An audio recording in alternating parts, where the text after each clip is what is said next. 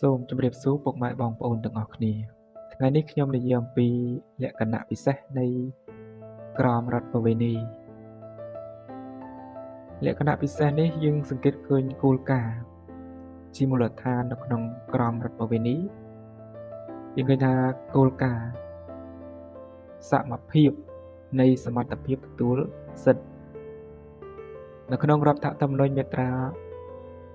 32-35ចែងថាជាប្រធាននៃសិទ្ធិនិងកាតព្វកិច្ចគោលការណ៍ដែលមិនអាច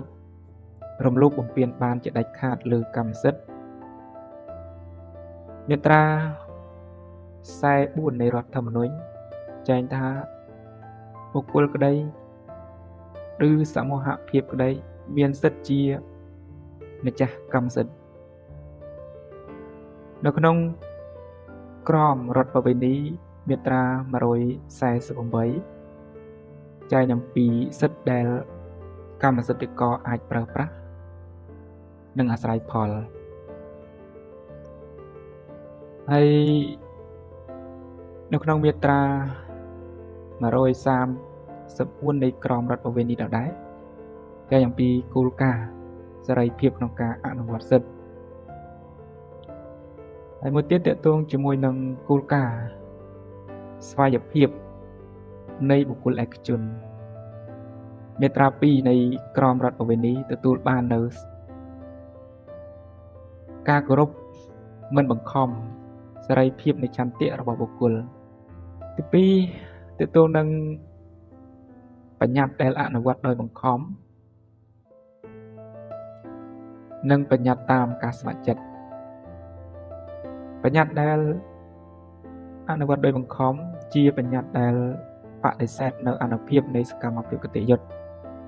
ដែលផ្ទុយទៅនឹងបញ្ញត្តិផ្ទាល់តែម្ដង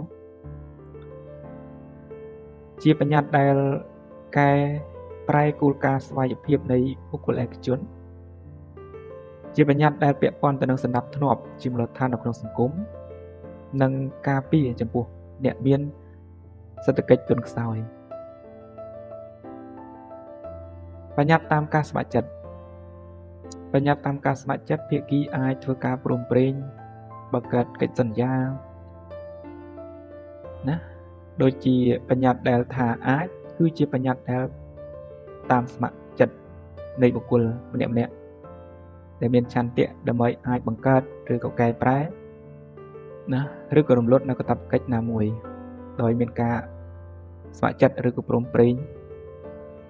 អញ្ចឹងគឺការបកស្រាយដោយសង្ខេបមានតែប៉ុណ្្នឹងឯងសូមអរគុណច្រើន